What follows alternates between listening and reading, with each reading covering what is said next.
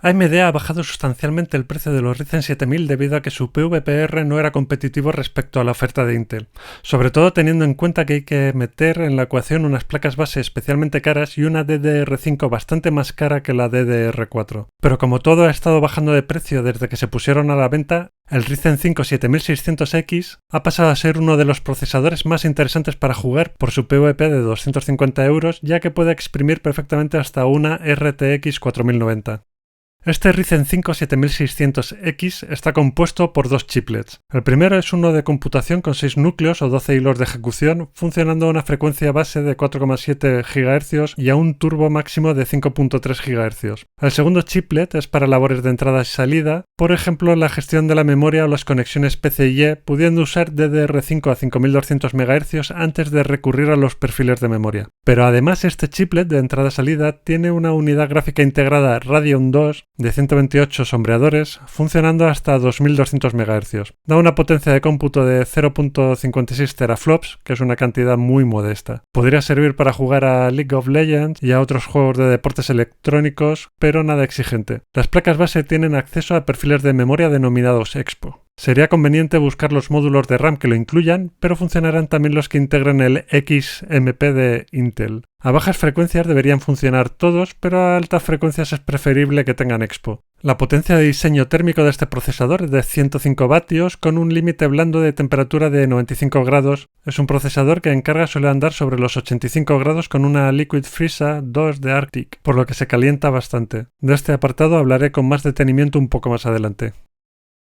El cambio de arquitectura de los Rafael se hace notar en las cargas de trabajo profesionales por la mayor potencia mononúcleo. No me paro mucho en estas pruebas porque en esta web nos centramos más en los juegos, pero son necesarias para los que dan un uso mixto a los equipos.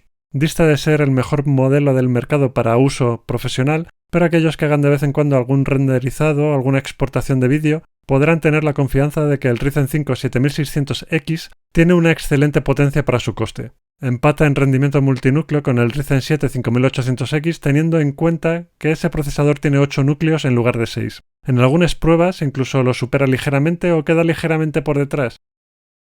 A continuación voy a ir poniendo los resultados en distintos juegos. He realizado las pruebas con una RTX 4090 con los equipos que veis en pantalla. El Ryzen 5 7600X aprovecha igual de bien o incluso algo mejor la RTX 4090 que un Core i7 12700K a una resolución FHD. Hay 3 juegos de entre los 16 que uso para probar las tarjetas gráficas en los que el 7600X le saca una gran ventaja al 12700K como son Horizon Zero Dawn, Evil Genius 2 y For Honor. En ellos puede sacar un 20% más de rendimiento. Cuando se pasa a QHD las distancias se acortan, aunque en Horizon e Evil Genius el 7600X sigue sacándole bastante ventaja al 12700K. A una resolución UHD la situación queda mucho más empatada. El Core i7 13700K más reciente viene a tener unas frecuencias de funcionamiento algo más altas, lo cual reduciría la diferencia, pero estoy comparando el 7600X, un procesador ahora de 250 €, con uno de 380 €, mientras que el 13700K cuesta 460 €, prácticamente el doble. Además son procesadores de 8 núcleos P de alto rendimiento, mientras que el 7600X tiene 6 núcleos Zen 4, por lo que la derrota es total en el terreno del rendimiento por euro en juegos.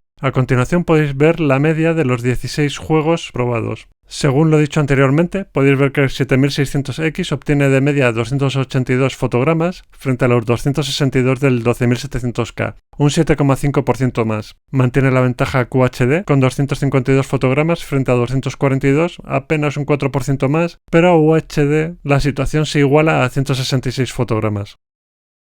AMD ha optado por una litografía de 5 nanómetros para los Ryzen 7000 llamados Rafael, así como por aplicar una serie de cambios internos que aumentan ligeramente el consumo total del procesador. Por ejemplo, la unidad gráfica integrada Radeon Graphics 2 que incluye. Pero en general lo que son los núcleos Zen 4 consumen algo más que su contrapartida Zen 3 del Ryzen 7 5800X, al que realmente sustituye en la alineación de procesadores de AMD. En Cinebench R23 consume sobre los 122 vatios o 15 vatios por núcleo si se mira solo su consumo, mientras que el 5800X alcanza los 135 vatios o unos 13,5 vatios por núcleo. No es una gran mejora en la parte de consumo. Las frecuencias están tan subidas que en realidad el procesador termina funcionando bastante caliente. La refrigeración que he utilizado para el análisis es una líquida de Arctic, la Liquid Freezer 280 ARGB. La temperatura en carga completa no supera los 86 grados con una temperatura ambiente de 26 grados. El terreno de la sobrefrecuencia no es interesante en este procesador porque ya funciona bastante al límite. Aumentar más la frecuencia llevaría a una limitación térmica incluso con refrigeraciones buenas. Por eso es más interesante el apartado de la infrafrecuencia o bajarle simplemente la frecuencia máxima, con lo cual se conseguirá una bajada del consumo de temperaturas con muy poca pérdida de rendimiento. Me interesa el perfil Eco de Ryzen Masta porque normalmente el procesador alcanza los 5.4 GHz de turbo y 1.35 voltios en Cinebench R23 con un consumo sobre los 120 vatios a 86 grados. Pero aplicando este perfil se puede hacer funcionar a 1,15 voltios con frecuencias de 5.1 GHz y un consumo de 90 vatios con una temperatura de 67 grados. El consumo por núcleo baja a los 10 vatios, lo cual es una reducción del 33%. La pérdida de rendimiento es mínima. En Cinebench R23 se pasa de 15.200 puntos